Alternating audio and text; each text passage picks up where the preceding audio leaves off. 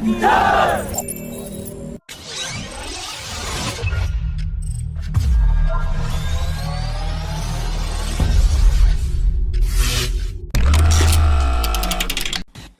British defence publication has claimed that India will be offered a heavy modified F-35 fighter jet that will be similar to the Israeli version, where extensive involvement of Israeli defence contractor allowed the F-35A to be called as F-35I, due to significant country-specific modifications.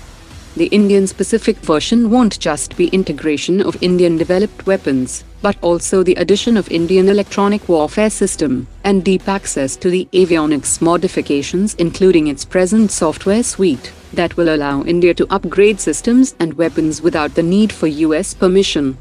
The publication also claims that India will be supplied F-35 in a complete knockdown state and will get country-specific modifications and enhancements by the selected local partner of Lockheed Martin before it is delivered to the Indian Air Force. Lockheed Martin is trying to hit a base unit cost of $77 million for F-35A. That will make it cheaper than many of the 4.5 generation fighters that have been offered to India under the MRFA tender for 114 fighter jets. And it is to be noted that Lockheed Martin has gone silent of its F-16V offer to India under MRFA. That points towards targeted lobbying at the international level. In a significant development, Philippines has officially cancelled the contract to purchase 16 Mi-17 Russian military transport helicopters for the Philippine Air Force, mainly due to fears of US sanctions. Philippine military officials have confirmed that several transport helicopters have been offered by Western countries, but they are too expensive, and now the Philippine Air Force is looking at India's offer of Dhruv Advanced Light Helicopter Mark III.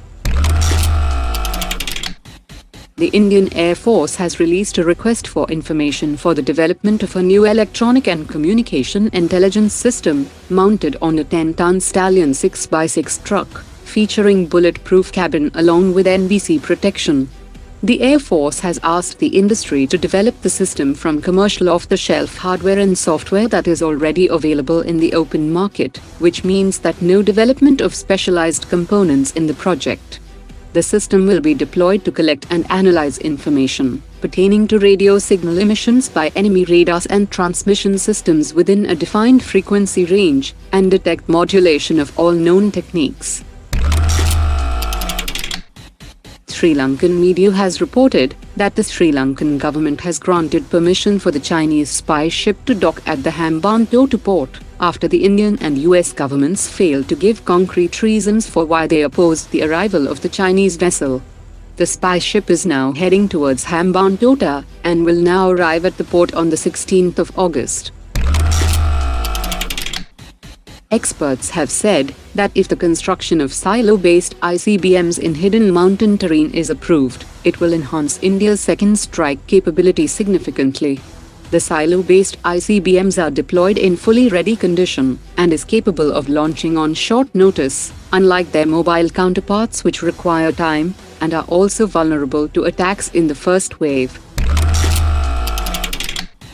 The Titagarh Wagons Limited held the keel laying ceremony for the third ship of diving support craft project for the Indian Navy, and 5 diving support craft will be built at a total project cost of 175 crore rupees.